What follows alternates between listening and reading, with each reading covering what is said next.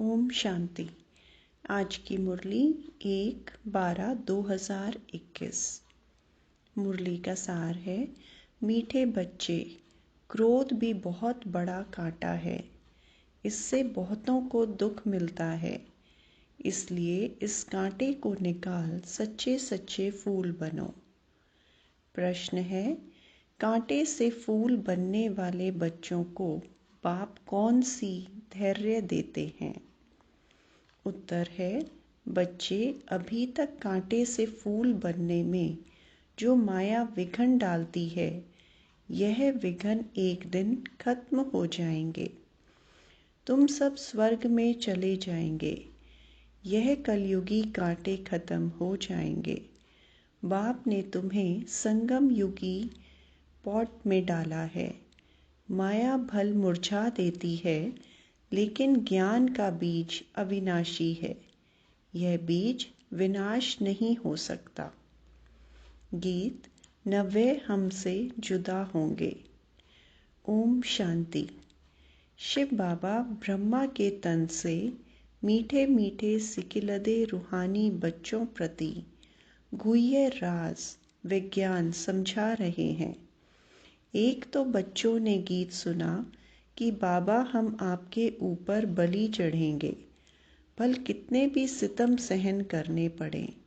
सितम क्यों होते हैं? क्योंकि मनुष्यों को जहर विकार नहीं मिलता। यह तो बच्चे जानते हैं कि हम न आत्मा को न परमात्मा को जानते थे, न अपने आप को न बाप को जानते थे। इसलिए जैसे जानवर बुद्धि थे। लौकिक संबंध में तो अपने को जानते हैं, बाप को भी जानते हैं। इस समय के मनुष्य अपने को और पारलौकिक बाप को बिल्कुल ही नहीं जानते। कह देते हैं परमात्मा का तो कोई नाम रूप देश काल है ही नहीं, तो फिर आत्मा का भी नहीं होना चाहिए। आत्मा को भी वे लोग जानते ही नहीं। कह देते आत्मा सो परमात्मा। अभी तुमने जाना है। वह तो सिर्फ नाम मात्र कह देते हैं आत्मा और जीव है। आत्मा अविनाशी है, जीव विनाशी है। अच्छा, आत्मा क्या चीज़ है? उनका रूप रंग क्या है? नाम तो जानते हैं कि आत्मा है, परंतु वह कैसी है, क्या करती है, कैसे कैसे पाठ बजाती है, कितना समय पाठ बजाती है, इस आत्मा की नॉलेज का कोई वर्णन कर न सके। अभी तुम जानते हो आत्मा छोटा स्टार है। आत्मा में ही सारा 84 जन्मों का पाठ अविनाशी नूंधा हुआ है। शंकराचार्य की आत्मा भी अपना पाठ बजा रही है। यह भी कोई नहीं जानते कि आत्मा कैसे सतो प्रधान फिर सतो रजो तमो में आती है। सिर्फ कह देते हैं भ्रिकुटी के बीच चमकता है अजब सितारा। बस और कुछ नहीं जानते। आत्मा को नहीं जाना, गोया परमात्मा को नहीं जाना। इस समय यह है कांटों का जंगल। सब कांटे हैं। न रचयिता परम पिता परमात्मा को जानते हैं, न रचना के आदि मध्य अंत को जानते हैं। तुम बच्चे आत्मा और परमात्मा को जानते हो, सो भी नंबरवार पुरुषार्थ अनुसार। बहुत बच्चे हैं जो यथार्थ रीति नहीं जानते। देह अभिमान में रहने के कारण पूरी धारणा नहीं होती है। नंबरवार तो है ना? पूछते हैं बाबा ऐसे क्यों है? बाबा कहते हैं बच्चे, यह राजधानी स्थापन हो रही है। इसमें सब प्रकार के ज़रूर चाहिए। पत्थर बुद्धि हो तब तो कम से कम पद पाएं। अगर खुद जानते हो तो औरों को भी समझाएं। तुम कहेंगे आगे चलकर समझाने लग पड़ेंगे, परंतु ऐसे भी कोई चाहिए तब तो कम पद मिलेगा ना। कहाँ राजा कहाँ प्रजा, कितना फर्क है। यहाँ तो राजा प्रजा सबको दुख है। सतयुग में न राजा को दुख न प्रजा को, परंतु मर्तबे में फर्क है।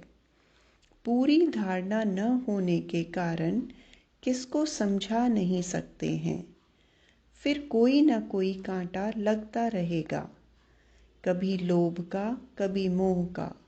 भूतों की प्रवेशता होती रहेगी, यह भी होना है ज़रूर। तुम हो प्रजापिता ब्रह्मा कुमार कुमारियाँ। प्रजापिता का बाप कौन? शिव बाबा। बाकी शिव का बाप कोई होता नहीं। यह ब्रह्मा विष्णु शंकर भी शिव की रचना है। तो सब हो गई आत्माएं। परम पिता परमात्मा एक है। ब्रह्मा विष्णु शंकर अथवा लक्ष्मी नारायण आदि कोई भी मनुष्य आत्मा से कभी गति सद्गति का वर्षा मिल नहीं सकता। मनुष्य न आत्मा को यथार्थ जानते हैं न परमात्मा को जानते हैं। एक परम पिता परमात्मा ही आत्मा का रियलाइजेशन करा सकते हैं। ज्ञान से सद्गति होती है। ज्ञान तो एक बाप ही देते हैं। कोई कोई बच्चे फिर यज्ञ की स्थूल सेवा भी बहुत करते हैं। इस सब्जेक्ट से भी मार्क्स मिलती हैं।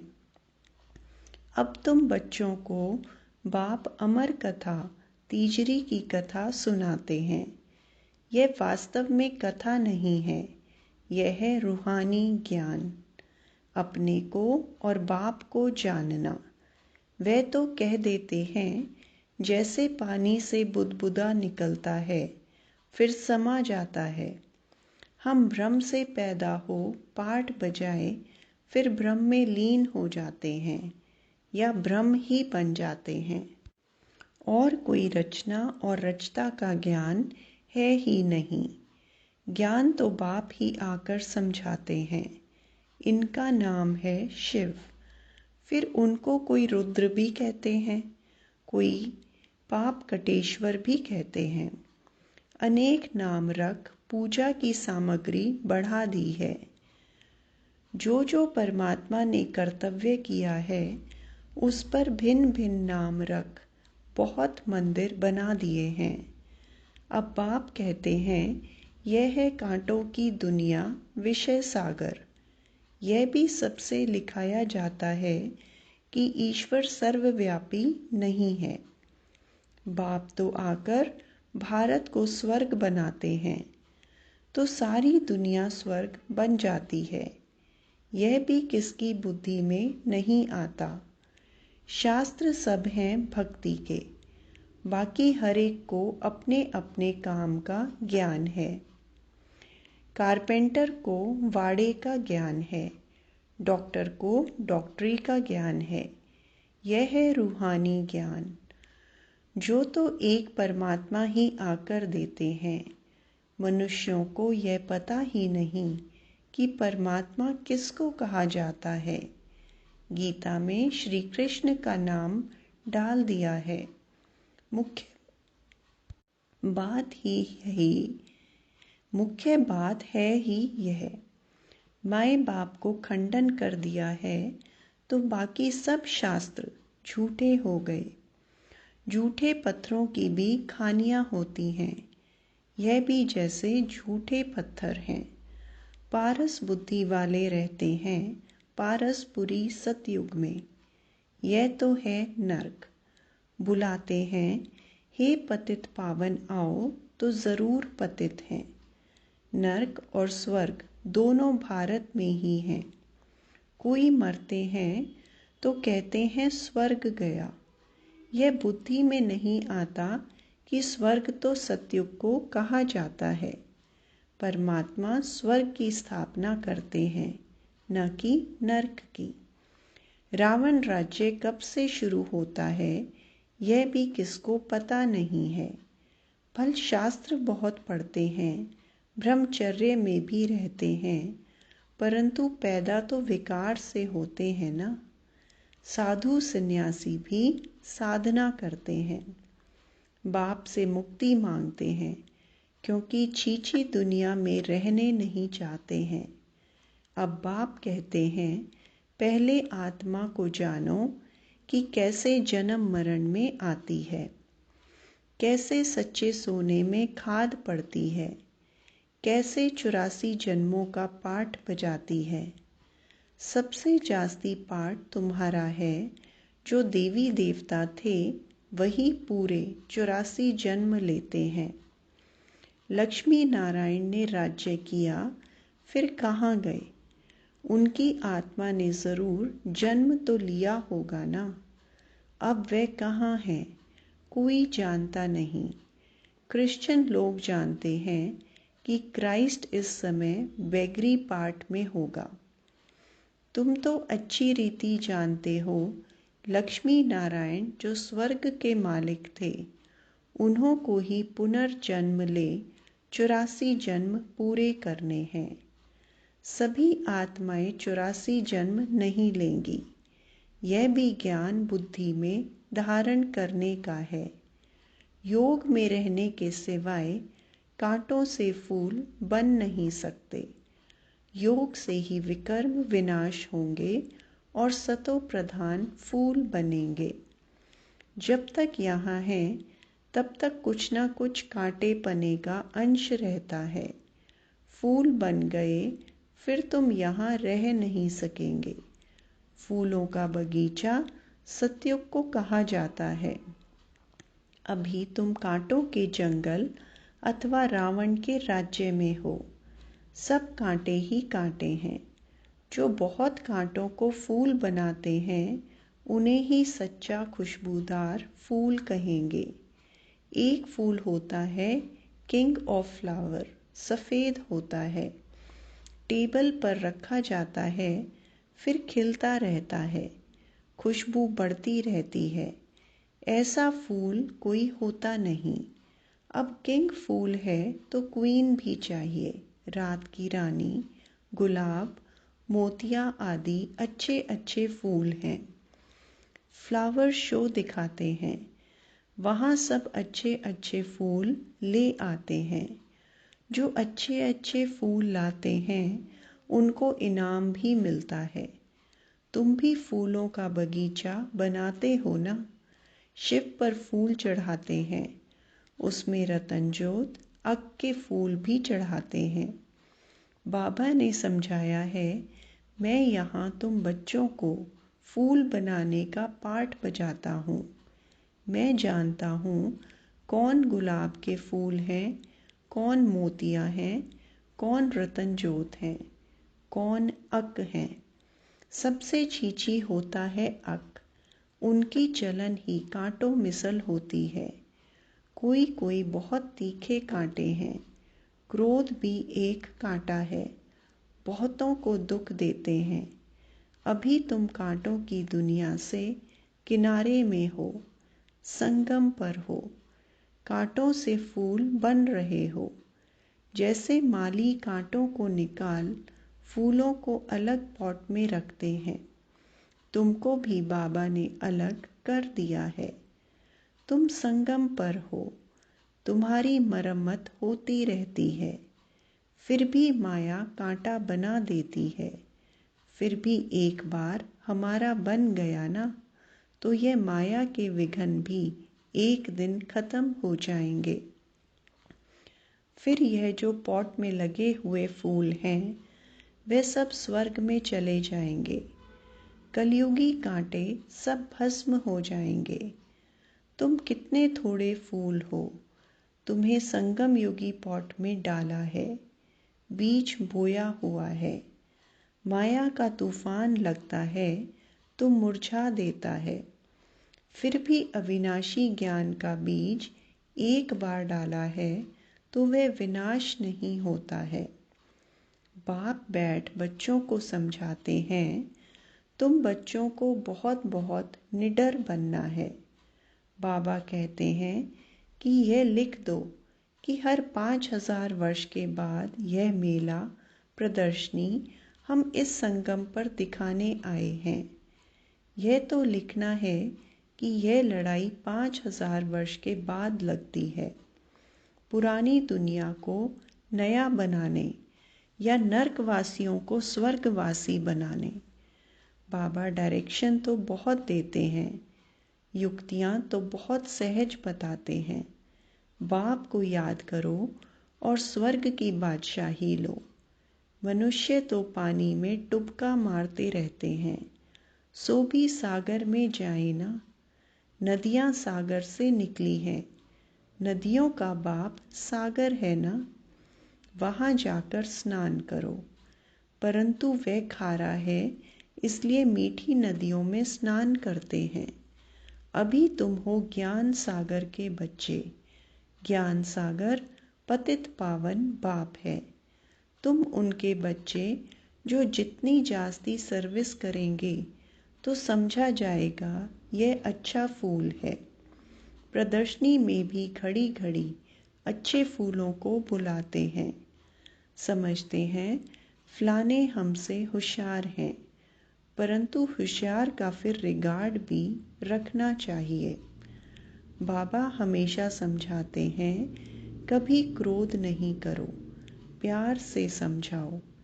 क्रोध कोई करता है तो बाबा समझते हैं कि इनमें कड़ा भूत है। माँ बाप पर भी क्रोध करने में देरी नहीं करते हैं और ही दुर्गति को पा लेंगे। गरीब निवास कब गरीबों पर क्रोध करेंगे क्या? गरीब निवास बाबा आया ही है गरीबों को साहूकार बनाने। यहाँ जो पदमपति हैं दूसरे जन्म में नौकर चाकर बनेंगे। गरीब जो अच्छी रीति पढ़ेंगे वे जाकर राजा रानी बनेंगे। ऐसे भी सेंटर्स पर आते हैं जो ईश्वरीय सेवा में कुछ नहीं देते हैं। उनको पता ही नहीं कि थोड़ा भी बीज बोने से हमारा भविष्य कितना ऊंचा बनेगा। सुदामे का मिसाल है ना। ईश्वर अर्थ दान करते हैं, समझते हैं दूसरे जन्म में फल मिलेगा। बाबा लिख देते हैं बच्चे तुमको एक ईंट के बदले महल मिल जाएंगे। यहाँ कौड़ियाँ देते हो, वहाँ हीरे बन जाते हैं। इसलिए चावल मुट्ठी का गायन है। गुरु नानक के टिकाणे में जाते हैं, कुछ ना कुछ रखते ज़रूर हैं, परंतु यहाँ तो बाप दाता है ना। अच्छा, मीठे मीठे सिकिलदे बच्चों प्रति माता पिता बाप दादा का याद प्यार और गुड मॉर्निंग। रूहानी बाप की रूहानी बच्चों को नमस्ते। रूहानी बच्चों की रूहानी बाप दादा को याद प्यार, गुड मॉर्निंग और नमस्ते। धारणा के लिए मुख्य सार। पहला पॉइंट, बहुत बहुत निडर बन कांटों को फूल बनाने की सेवा करनी है। सब में अविनाशी बीज बोते रहना है। दूसरा पॉइंट, क्रोध का बहुत बड़ा कांटा है, उसे छोड़ बहुत बहुत प्यारा बनना है। प्यार से सर्विस करनी है, सर्विसेबल का रिगार्ड रखना है। वरदान, सर्व के गुण देखने व संतुष्ट करने की उत्कंठा द्वारा सदा एक रस उत्साह में रहने वाले गुण मूर्त भव। सदा एक रस उमंग उत्साह में रहने के लिए जो भी संबंध में आते हैं उन्हें संतुष्ट करने की उत्कंठा हो। जिसको भी देखो उससे हर समय गुण उठाते रहो। सर्व के गुणों का बल मिलने से उत्साह सदा काल के लिए रहेगा। उत्साह कम तब होता है जब औरों के भिन्न भिन्न स्वरूप, भिन्न भिन्न बातें देखते सुनते हो। लेकिन गुण देखने की उत्कंठा हो तो एकरस उत्साह रहेगा और सर्व के गुण देखने से स्वयं भी गुणमूर्त बन जाएंगे। स्लोगन, बेहद के वैराग्य वृत्ति का फाउंडेशन मजबूत हो तो सेकंड में अशरीरी बनना सहज है। अच्छा, ओम शांति।